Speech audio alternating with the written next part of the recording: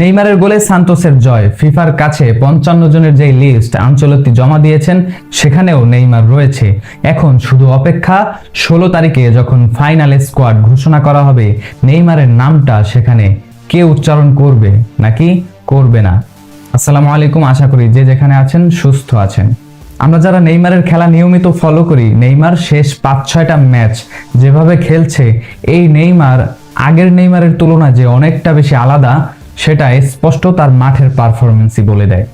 Even সান্তোসের সবচেয়ে বেশি যেই ফিট প্লেয়ারটা তার নাম হচ্ছে গাব্রিয়েল বারবোজা, তাকেও নেইমার শেষ ফিটনেস টেস্টে ছাড়িয়ে গিয়েছেন। নেইমার যে এখন ফিটনেসের সর্বোচ্চ পর্যায়ে সেটা তার মাঠের খেলা কিংবা এই যে ফিটনেস টেস্ট সবকিছুতেই স্পষ্ট। তবে নেইমারের এই হার না মানা লড়াই কিংবা বুক চিতিয়ে মাঠের পারফরমেন্স করা, এর পেছনে একজন মানুষ সবচেয়ে বেশি ভূমিকা রেখেছেন, তিনি হচ্ছেন কার্লো আনচেলত্তি।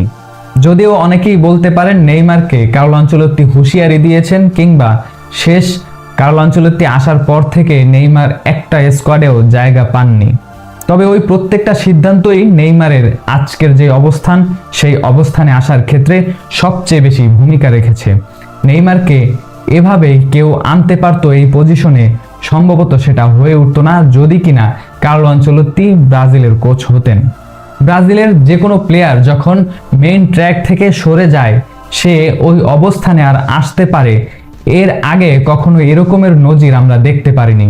রিকার্ডো কাকা কিংবা রোনালদিনহো, যে দুইটা নাম ব্রাজিলের অ্যাটাকিং মিডফিল্ডে সবচেয়ে বেশি আলোচনায় থাকে ছিল একটা সময়, সেই দুইজনও কিন্তু একবার ট্র্যাক হারানোর পরে আর সেই ট্র্যাকে ফিরতে পারেননি। অল্প বয়সেই ব্রাজিলিয়ানদের ন্যাশনাল টিম ছাড়ার যেই প্রবণতা, সেই দিকেই নেইমারও হাঁটছিলেন। সম্ভাবনা ছিল 2026 বিশ্বকাপে নেইমার খেলতে পারবেন না, ইনজুরির যে সংখ্যা সেটা কাটিয়ে ওঠা সম্ভব নয়। এই সব কিছুর পেছনেই আনচেলত্তির মাস্টার মাইন্ডই যথেষ্ট এবং নেইমার এজন্যই এই অবস্থানে বর্তমানে রয়েছেন। তবে এখন ওই একটা সিদ্ধান্তই, একটা দিনের জন্যই সবাই অপেক্ষমান।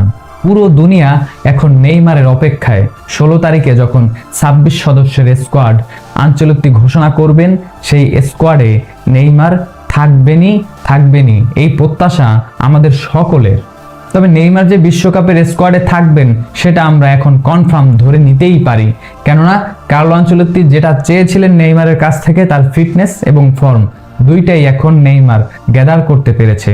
পক্ষান্তরে রদ্রিগো, কার্লো আনচেলত্তির সবচেয়ে প্রিয় প্লেয়ার, ভার্সেটাইল প্লেয়ার, তিনি যখন ছিটকে গেলেন, ওই জায়গাটার যে ভ্যাকুয়াম সেটা নেইমার ছাড়া আর কেই বা পূরণ করতে পারে। আপনার কি মনে হয়, আপনিও কি আমার সাথে একমত কিনা নেইমার বিশ্বকাপের স্কোয়াডে থাকবেন এবং থাকবেনই? কমেন্ট বক্সে আপনার মূল্যবান মন্তব্য অবশ্যই জানাবেন।